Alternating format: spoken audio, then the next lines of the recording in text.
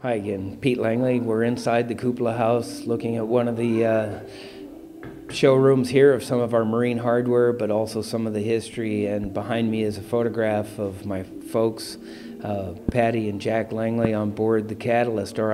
on the dock in Coos Bay in 1962 before we left on extended cruising with the family.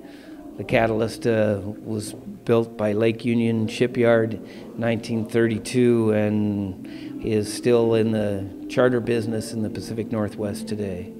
Some of the wonderful history of being raised on the water, some of the symbolic symbols that go on the stacks or exhaust stacks of various vessels. One was the wood chopper, which was a logger's symbol from my father's logging company in Oregon prior to his retirement, and put on the Catalyst, as well as all the sea bags and t-shirts that us kids would wear before we go off and take the travels. So I'm holding here and showing a stencil again that was hand done by my mother, Patricia Langley, for the Catalyst, and one of my prized possession as a childhood is a sea bag that was used to carry not only our clothes and what other garments we needed to do, from laundry to grocery shopping, and it has traveled many miles at sea as well as across the land now, having been well over 50 years of travels. Holding up a clip and or story about the family in the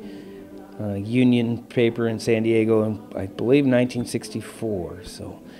as we got ready to take off on another boat and go further south, we're looking at a photograph that is pictures of my brothers, myself on the left, my brother Paul,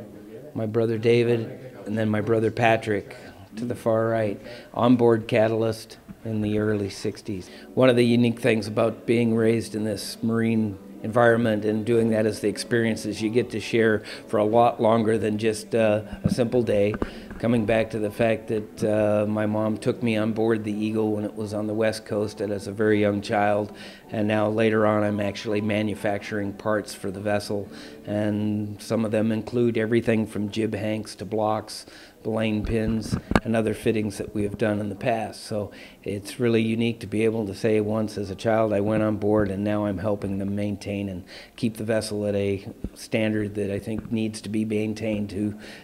not only teach young cadets and young sailors, but to be able to promote the marine industry and tall ships across the country. The parts you're currently looking at are what's called a spectacle iron, which are sewn into the corners of the square sails and allow the sheets and braces to be able to pull the sails around and pull the sails in the proper position for sailing. The blocks with the star on it and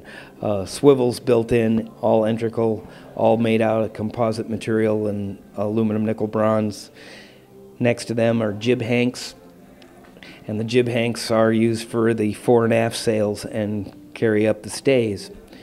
And some of the upper pictures that we have up here shows a sail with the jib hanks stacked one on top of each other on 1.125" diameter cables that are run in pairs, so very large, very heavy rig. And in the photo off to the right shows the sail fully raised with the jib hanks being in place and in use. Thank you for again coming into the cupola house, taking a look at a small glimpse of what we have to offer, not only treasures, new insights, new product, locally made gear, and hopefully will last a lifetime, and hope will start a whole new generation of sailors. So again, please come in and see us at the Cupola House, PortTownsendFoundry.com, as well as the rest of the showroom. Thanks again for coming to the Wooden Boat Festival 2010 in Port Townsend, Washington.